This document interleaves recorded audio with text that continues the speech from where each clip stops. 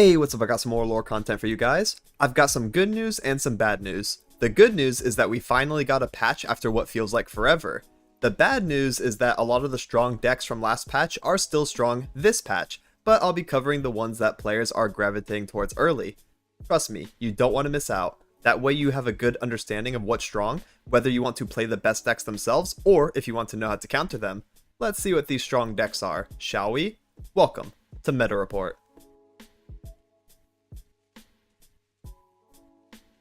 And we'll be starting off with the best deck so far this patch, and that is Jhin Annie. Now, it's always a pleasure to talk about my favorite deck. It has been a long time, I don't know if it's actually ever happened, that Jhin Annie is number one, by a long shot too. So right now it's just like a pretty easy deck to play. It's good against a lot of the meta, and while people are trying to figure out the power shift, of course, a nice, strong, aggressive burn deck is going to take advantage of that and get a strong win rate early. It comes in with a win rate of 55.5, a lot better than 44.4. Jhin would rather prefer that, but you know, 55.5 is really good, with a play rate of 3.38%, taking up a big spot in the meta. Its best matchups include Aurelion Soul Morgana Elder, Riven Master Yi, Championless Freljord Ionia, and also Volibear Elder. Its worst matchups are Jinx Kennen, Teemo Trist Elder, Neela Janna, and Jinx without Kennen. I've covered this deck many times before, both for Meta Report and also for like my personal deck profiles. This is the very standard list that you can run. It does not have Ravenborn Tome or anything silly like that I have been enjoying. You know, this is just like, if you want to get into the archetype, this is the way to do it. Very simple, very like just to the core of the deck, you know? So we have the triple Annie here, we have the triple Crackshot Corsair, the triple Saboteur, and the triple Precious Pet. To round out our 1-drops, we want to play aggressive skills, we want to swarm the board and spam a bunch of 1s and 2s, so we have all the really good aggressive 1-drops here. We do not run Crimson Pigeon, we run Precious Pet instead, because Crimson Pigeon doesn't have great targets for us. And if we do hit like one of our 2 HP targets like Annie or something, then they will have more, you know, susceptibility dying to a Pytos or something. So we don't really want to run Crimson Pigeon. I think Precious Pet just does the same job but a bit better. Next we have Demolitionist for a little bit of burn damage to finish out the game. Sunhawk Stagehand for our multi-stun turns, both really good, especially when you play Sunhawk first, since he's Daybreak, follow up with a Stagehand after, and you can get lots of stuns that way. Next we have Tusk Speaker to deal direct damage and also turn on Pirouette for us. That way we can get even more stuns off in conjunction with our other 2-drop stunners. A couple Donnie, we don't want to run him at 3 because he's not super great, just want to pick him up every once in a while and then get some extra damage in. Triple Noxian Fervor to help close out the game. Pirouette for, again, multi-stun turns. Prefect, another really interesting card, coming in next to Donnie, so we run 2 of each. Prefect can get a lot of direct damage in, especially if the opponent uses removal in the first couple turns. Prefect is left unanswered. You can get her up to like 7-8 attack pretty reasonably with big Jhin attack chains, and then have a big overwhelm unit. And next we have Jhin, of course, doing a lot of cool stuff for us, allowing us to break the region cap and play a bunch of units from outside a region. The Lotus Traps that he pops from hand or board is also really valuable, so we want to keep Jhin in our opening hand when we see him, and then get those extra shots in. So yeah, and then we can play him down and get more direct damage later. He gets more stuns when he's on the board, and then you proc the Lotus Trap, which is super good, especially when you prime him, so that means put him to 2 of 3 for his skill, and then you do first action like Sunhawk on an attack turn, and then Sunhawk will target the strongest enemy, Lotus Trap will target the weakest, and that's a double stun right there from just 1 card, first action. So it gets a little dastardly when you set up Jhin and you have the multiple stuns in your hand. You're in a really good spot, stunning upwards of like 3 to 4 enemies when you have the really good hands to do so, and very powerful turn 5 and turn 6 lethals. Next we have 2 Witness to also come in and try to get some extra stuns. We proc flow by activating 2 skills on a previous turn. So like, let's say we just do a Tusk Speaker that procs a Lotus Trap. Perfect. Next turn we have Witness at 2 mana, a 2/3/3 that stuns. So very valuable there, especially when we can get the multi-stuns off. And to round us out, we have Augmented Experimenter, 6/3/3, discard your hand, draw 3 more, and deal 3 to an enemy. So for the most part, we want to use him in the late game. That way we can get refill, try to find like Fervor or anything else we can use to close out the game. And that's it for the deck rundown. Now here's a live commentary game so you can see how the deck plays out. I'll be giving context while I'm playing certain cards, and hopefully it gives you a good feel on how to play the deck. And for this example game, we're fighting that championless Ionia Freljord deck that we saw in the matchups. So we just want to swarm, play as aggressively as possible. We do have the Jhin, so we're going to keep that. We have a 1-drop on attack 1, which is great, a 2-drop. We have another 1-drop, which is fine, because if we top deck another 2-drop in the next couple draws, we can play that on turn 3 alongside our precious pet and be pretty happy. So let's just lead Saboteur on 1, assuming they don't have a 1-drop. Like, if we knew they were an Omen Hawk deck, we'd play precious pet here, but let's take a little risk here. If they have nothing, then this is max damage, because this is 3 compared to the 2 damage from the precious pet. And we can get another Saboteur proc on our next attack turn, so even better. You know, if I did proper research, I would know if this was like an avalanche deck or not. However, I did not do that. So, we're going to play it by ear here. I think on the off chance that it is an avalanche deck and that it wants to ramp and play War Mothers, we will go ahead and just open attack and not play the precious pet. There's some world where maybe if we drew another Tusk Speaker and had the precious pet, we would probably try to play it out, but not into avalanche. So floating 3 mana for us is actually just pretty fine. 9 lives. Couple blockers, that makes sense. We still push 3 through that. But yeah, we want to float 3 anyways in case we draw like Pirouette or Fervor. Then we can have the mana to play those. So we pass. Is it safe to play our Jhin on turn 4? I think we probably want to, and they probably want to ramp. There's not a lot they can do to Jhin, except for like maybe, I don't know, recall him if they run that. Is that a recall? No, it's the ramp. That's what I thought. Okay. That is no biggie. So now this turn is going to be about Avalanche. It really is. So what we probably want to do is just do Stagehand immediately and try to see if they want to go below 4 for us. This is already a lot of damage. Concussive. Alright, so they got below Avalanche, which means now we're just going to swarm. We're going to play out the rest of our 1-drops here. Lonely Poro. Oh yeah, you got that from the Liminal Guardian. That's pretty lucky. Precious. Precious. And Crackshot Corsair. So now that we see that it's safe to do so, we just dump our hand, commit the full swing. Jhin shooting 2, and then the 3/2 is going to block something. Looks like the 2/1. They didn't block the Nimble Poro to my Jhin, which is interesting, so that's a bit of a misplay. They could have ghost blocked 4 damage instead of 1, so they're taking 3 extra here. Which is, hey, we'll take it, you know? That's we'll take it kind of moment. What are we top decking? Donnie. I actually kind of want to play Donnie Witness. If they play a unit. Rejuvenating Breeze. Okay. I want a Donnie for sure. I don't want to discard this hand. We can actually play Witness as a body and then just set up for the full open attack, and then we should just win from empty board. There's like not a lot they can do. Double Harsh Winds is probably going to be the worst. But we're still pushing so much, you know?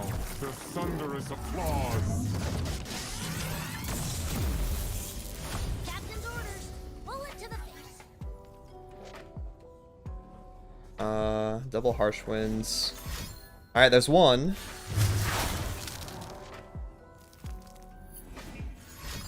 And Concussive. Is that enough? Alright, there we go. They live with 2. That is indeed enough. So we're going to need a little bit more damage to close out. I could probably play the Augmented Experimenter. And then just refill my hand. Yeah.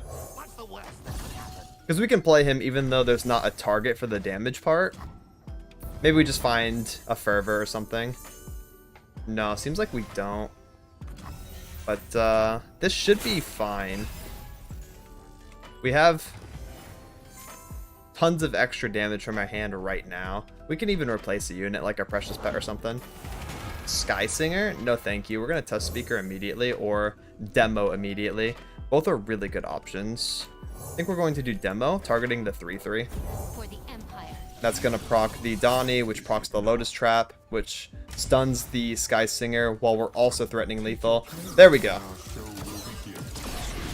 Huge. Very, very nice. Alright, y'all gonna hate me for this one. Trust me, I hate myself as well. We are covering Lurk again for like the 7th time. But this is what happens when you have a really strong, stable deck that refuses to get nerfed in a relevant way. Yeah, 5 mana Pike spell. Who cares? Right? Lurk is still here. Lurk is here to stay until it gets gutted or it gets rotated. So I'm sorry, I have to cover it again. It is what it is. It has a 53.38% win rate and a play rate of just over 3%. So, you know, like I said, it's here to stay. Might as well pick it up and learn it. If you already enjoy Lurk, hey, just keep grinding it. Its best matchups include Voli Elder, Jack Set, Garen Jarvan, and Teemo Caitlyn. Its worst matchups are Kayn Aatrox Cultist, Jinx Discard with Kennen, and also Zed Gwen. So just like the Jhin Annie deck, again, I've covered this so many times. But what we want to do is attack, and attack some more. So we want to put units down, also predict, so that way we can put things on top of our deck, like other lurkers, and then we get to attack, and what that does is give us a ramping attack stat for all of our lurk cards. So we start with like really low attack fishes, like 1 or 2 attack, you know, stuff like that, and then we can scale them up into like 5 or 6 attack 1-drops. Just because they get extra stats every single time we do an attack. And we can attack on odds, and we can also attack on evens, we can attack on attack turns, we can attack on defense turns, we can do everything. There's also other versions of this list that you can run that has like Rite of Negation, you can run Ruthless Predator, but for this one I wanted to dial it back and have a very nice, safe and easy to learn version. Much like the Jhin Annie, this is going to be like the core deck to start learning the archetype. So we have 2 Bloodbait to create Snapjaw Swarm on deck. It's a Lurk spell, so if it's on top, we get the Lurk proc, and then we can play a Snapjaw Swarm on defense. We have triple Forsaken Bakai, 1 mana 2/1, predict. If you draw Darken or Equipment, grant me 1/1. Never gonna happen. We're just playing it for the predict itself. That way, again, we can put certain lurkers on top of our deck, like our champions. Next, we have a triple Sharkling, 1/1/2, and it's Lurk, of course. So we want to put this down, attack, and get nice and aggressive with it. Start swarming with the fishes. Xerxai Hatchling, same thing, has Fearsome. Bit more annoying to block in the early game, but yeah, another lurker. Aspiring Chronomancer, a predict card, 2/2/3, so again, we just want to have that consistency, make sure we're hitting the units that we want. Call the Pack, which is really nice in case our hand is bricked up with extra champions. We actually don't want our champions in our hand, especially in the early game. We want to call the Pack the champion to the top of the deck, that way we get their lurk effects. And next we have Redfin Hammer Snout, being able to grant high priority units and early game champions with vulnerable, that way we can kill them. Snapjaw Swarm to attack on our defense turns. Rek'Sai, who we desperately want on top, and not in that way. Don't take that out of context. We want Rek'Sai on top of the deck, that way we get extra attack stats. Sorry, I'm flustered now thinking about that. So we put Rek'Sai on top, and then boom, all of our lurkers gain extra stats. If we can level Rek'Sai by attacking with her with 10 power, then she levels, gives us more resources, and is also an overwhelm win con. Very, very strong. Xerxai Collar to continue the consistency while also being a lurker. Blood in the Water to rally, so this is nice for like finishing turns, or if we want to use rally on like a defense. It's basically just whatever. It, like when it comes up and resolves, it usually wins you the game.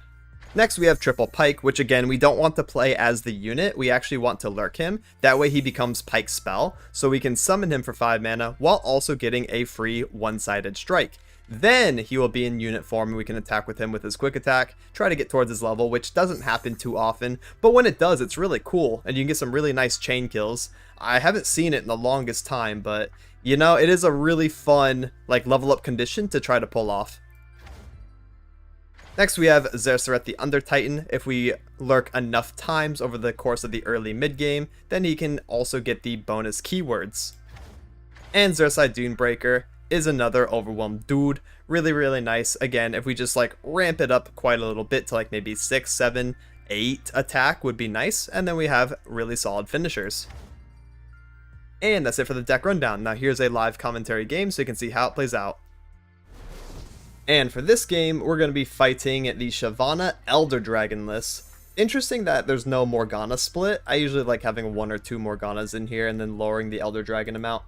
But yeah, it's a pretty strong deck as well. We have the Sharkling, we have the Swarm, we have Rek'Sai, which we're probably going to mulligan away, and Hammer Snout. So we're attacking on evens, which means we're not proccing Lurk on turn 1, so we're a little bit behind already. But we do have the Snapjaw Swarm for our turn 3, which is also nice. Let's go ahead and play the Hatchling first. And then we can probably open attack with that in case they are on the 3-2. Or we can play the Sharkling. If we play the Sharkling, then they play the 3-2. As long as we hit Lurk, we can still trade into him. Yeah, let's do that. Let's play the Sharkling. I wish we had one more 1-drop so we could use our unit mana here and have 3 of these, but it's alright. We're still nice and aggressive. So let's only attack with our Fearsome here. Proc Lurk. Thank you.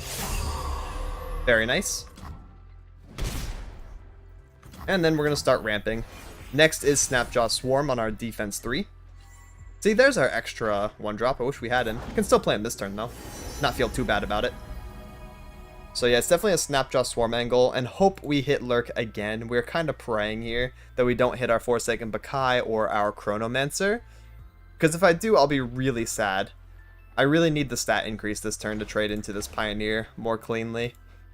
So, they're probably going to grab Blunder or Heal. Swarm. We hit, so that's going to be blocked by the 2-3. But now, their Pioneer cannot trade over one of our units. It would trade even, right? Their Pioneer would die, and they don't have protection mana, because I know they run Form Up and Strike spells. I don't know if they're on Chain Vest. I guess they could be. I ran Chain Vest in a version of this deck.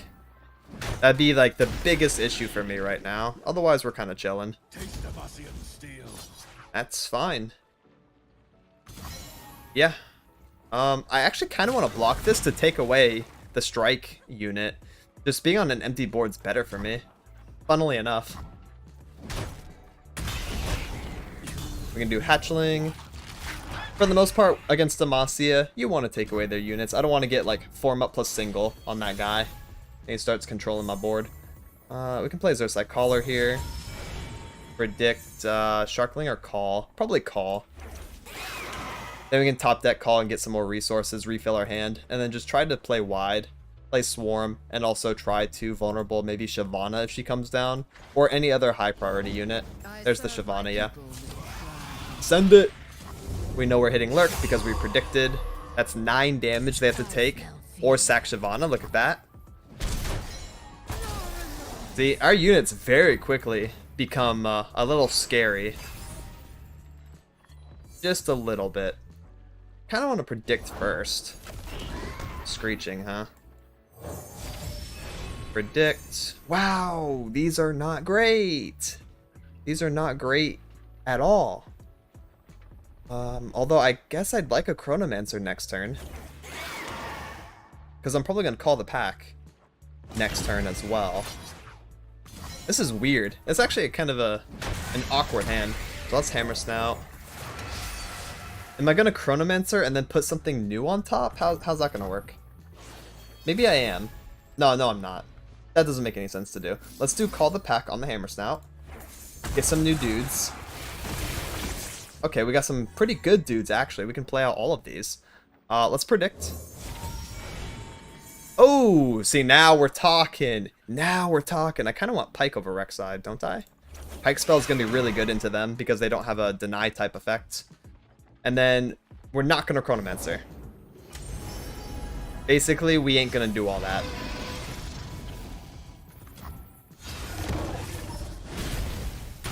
And then Hatchling. And then Hatchling is going to grab the 5-2. These are both going to send it. We have Pike spell now. So we can kill like a Lattice or Gem Dragon or something as soon as they try to come down. And then we can play Chronomancer, try to find something else after. It's actually kind of decent. I like this ordering. This makes me happy. So, there's Cloud. I hope they choose Deathless, and I'm going to be like, haha, nope. Lurk is up to +4. Wait, can we even kill that guy? Wait, we can't even kill that guy. I thought Pyke was a lot stronger than he is. He's actually not that strong right now. He's at 5 attack. So I don't know what I was talking about trying to kill a Lattice on play. That's a, you know, a little ambitious of me. Just a tiny bit ambitious. Chronomancer. Grab the collar is fine. So I want Cloud Drake to grab my Chronomancer, and then we do the Death from Below during the attack. And then we'll be able to kill it. And then we're chilling, right guys? Surely their 7-card hand does not outvalue us, right? We're not out of steam at all. No sir. Yeah, grab my 2-3. Yeah. Yeah. If this works, we're actually in a really good spot, surprisingly. We do have to worry about single. We do have to worry about form up. Come on, grab my 2-3. Hey. Boy, put that back over there. I like that. That was nice. Do it again. Punk. Yeah, see, they listen. Sometimes you just have to tell your opponent to play the game the way you want. So now we're good. Form up single, question mark? Or what? I think they got baited by their own Cloud Drake, their own, like, Cloud Boon. Because it was probably better to just not attack at all. But they don't know that, to be honest. They don't know that we have Pyke spell in hand. So, a little doomed. They'd have an empty board, and I'm going to be threatening 13 because of Lurk proc. And the thing is about like Demacia Elder, if you play like this, it's really, really good because they need a board to get things done. Like single combat. That's exactly right. The main issue is I'm still threatening lethal and open as long as I hit Lurk. Yeah, because they can't do anything. They need a strikes target, so hit Lurk and we win. That's exact lethal here. Bonk, bonk. And for the last deck, we have another recent, non-nerfed, fan favorite, kinda classic deck, and that is Zed Gwen. Coming in with a win rate of 54.97% and a play rate of 2.84%, it's looking really, really good right now. Its best matchups include a Teemo Nora, Fizz Yuumi Elusives, Freljord Ionia Championless, and also Akshan Master Yi. Its worst matchups, like the other decks on this list, are variations of Jinx Discard, so I would say if you want to counter these 3 decks, looks like Jinx Discard is a good direction to go. Also Jinx Echo and Misfortune Neela. The main theme of this deck is to set up Shark Chariots, and then have them die. That way, whenever you attack with another ephemeral on a future turn, these Shark Chariots will also attack, providing extra pressure, alongside your Elusives that are going to sneak in a lot of damage via Hallow ramping attack stat, and also from their own effects, where things get summoned and come back from the grave, and they get more damage, allowing you to push very easily above the 20 damage threshold needed to win the game. So to start us off, we have Boisterous Host with the Hallow. We're going to be ramping that up. Mark of the Isles for protection, and also like a Hail Mary. We can throw these onto like our Elusives and try to close out the game like that. Our Elusive attack Ampers. These are going to be really, really good. Really important to close out. Hate Spike as well. It is nerfed now. We're not getting the Husk anymore, but Hate Spike is still a really good removal card, and is also a response to removal. So if the opponent like sets up a Nora and then they try to group shot you, well, you can Hate Spike and kill the Nora. We don't really care about the Husk all that much anyways in this deck, so we're just going to be using it as a response. Redeem Prodigy to get the Ephemeral Attacker in, get more Hallow going. Shark Chariot, which we want to die, and then summon back, and get a bunch of sharks on the same board. Triple Stagehand, because it is a stun unit, so it's going to be really good on attack turns, and is also ephemeral, so we can get the sharks. Moonlit Glenkeeper, which is a really, really insane card.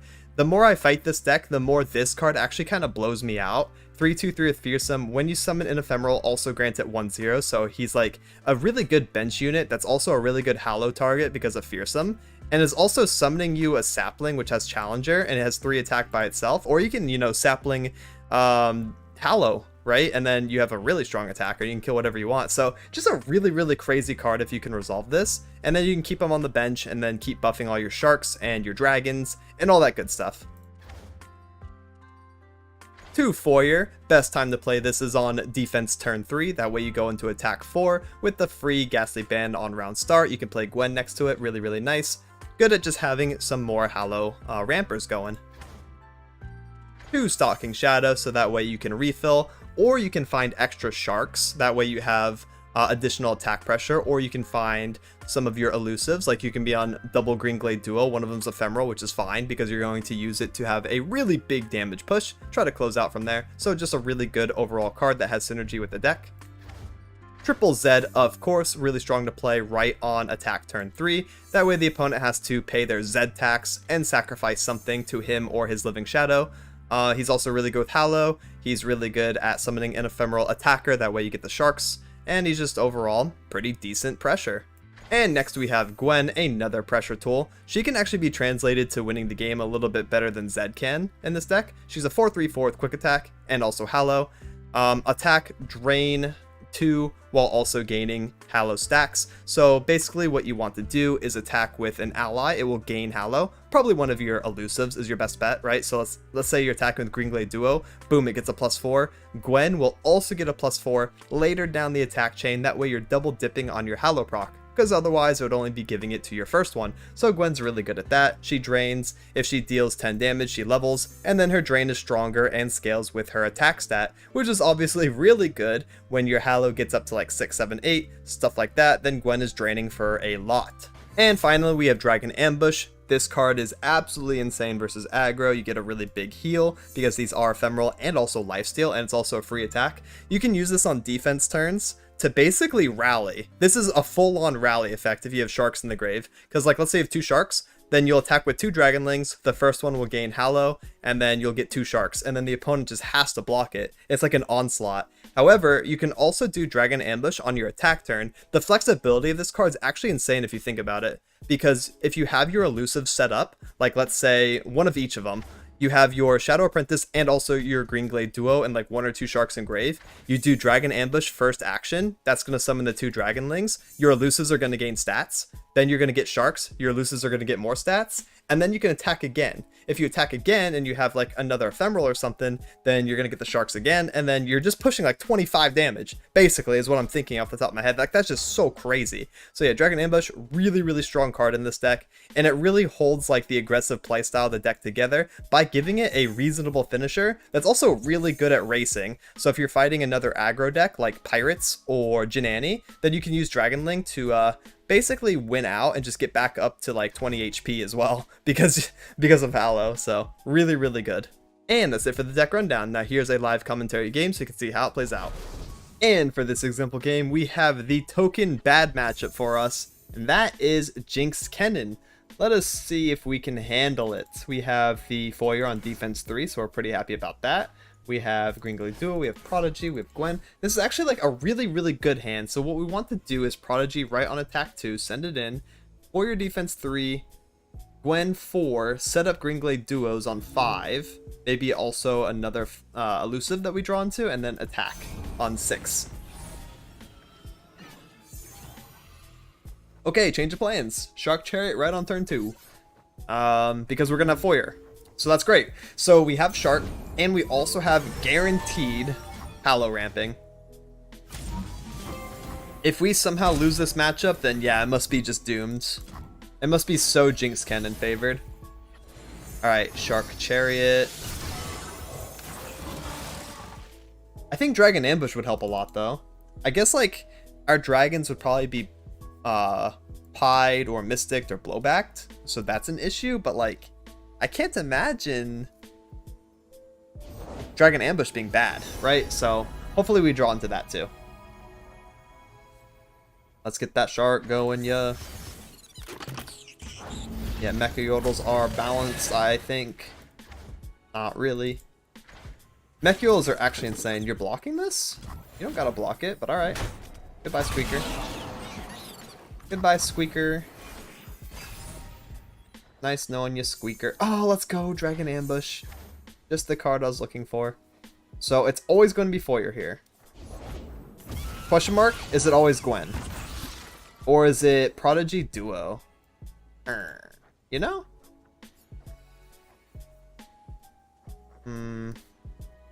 I think it could be Duo Prodigy. Duo first, obviously. And then Gwen on defense. On defense 5. I don't really know the proper... They're attacking. Holy moly. Thank you. I'll take that. That is good for me. Oh my goodness gracious. Do we have a hand and a half? I'm pretty sure it's Gringly Duo and Shark Chariot now. That just made the play so much easier. This is by far the best we can do. Oh my goodness. Ladies and gentlemen. We are about to be truly gaming. Truly. We don't even need that Gringly Duo. That's fine. You want to pop deck a pie toss into me? I don't care. I don't care in the least. Because we are gaming. Don't pastry my shark. That's not how this works. Unless you have another removal for Ghastly like Mystic. Okay, seems like you do. There you go. Okay, okay. You know, that's honestly a pretty good play. It's not the best play. That's like a lot of removal. And the sharks are still in the grave, so like they prevent some damage this turn, but like, was that worth? That's definitely something I'm chill with. Most certainly not upset. We're kind of gaming. I wonder if it's Dragon Ambush on defense, just because I don't have my elusives that ramp up in stats. It could be a full ambush angle, and then play like Gwen Stagehand. Yeah, that's pretty good. We're gonna have the Ghastly Band, we're gonna have the Stagehand, and we're gonna have Gwen. I think it's just a Dragon Ambush angle. I don't have anything better to do on this defense 5. Like, setting up Gwen and floating 2 doesn't do a lot for me. I'm just not satisfied with that. Trumpet Tetcher. Okay, take all this damage then. Take all this then, punk.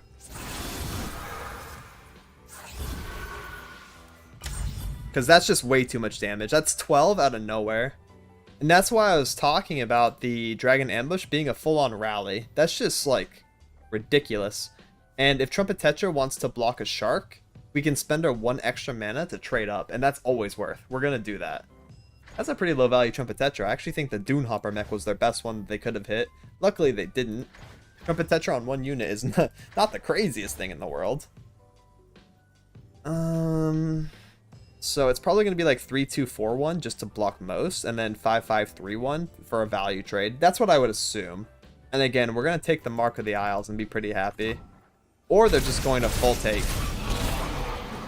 You want to race me? Alright, let's race then. We both take a lot. I respect it. That was kind of Giga Chad. I didn't think they would do that, to be honest. I think we want to do first action Stagehand. Just stun the 5-5. Then we have the ability to play Gwen, which I want to play over Zed. Because Gwen does not die to Mystic or Blowback as easily as Zed does. I have the Mark protection, but I think I'd rather use that for a lethal attempt when they're that low of HP. So putting it on something that is making it through the block, you know? It's probably better. Gwen plus these 2, plus 2 Shark. Nearly a full attacking board. We're going to have 5 attackers.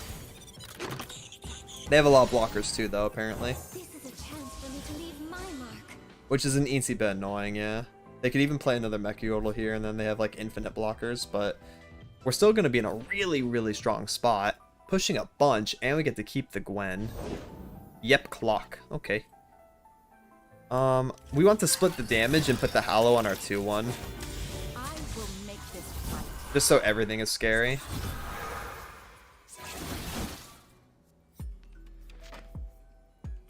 We're draining 2, so they're going down to 6 immediately. Alright, how greedy you're gonna be. Oh, you can't be greedy at all, actually. You have to block everything. Keep only Trumpet Tetcher. Oh, they're not happy with this result, so basically a lethal. We'll take that. And that's it for this week's decks. Extra shout out to the patrons on screen. Much love and thank you for supporting. So yeah, to wrap things up, it seems like the decks that went un-nerfed are taking a huge early lead over other decks.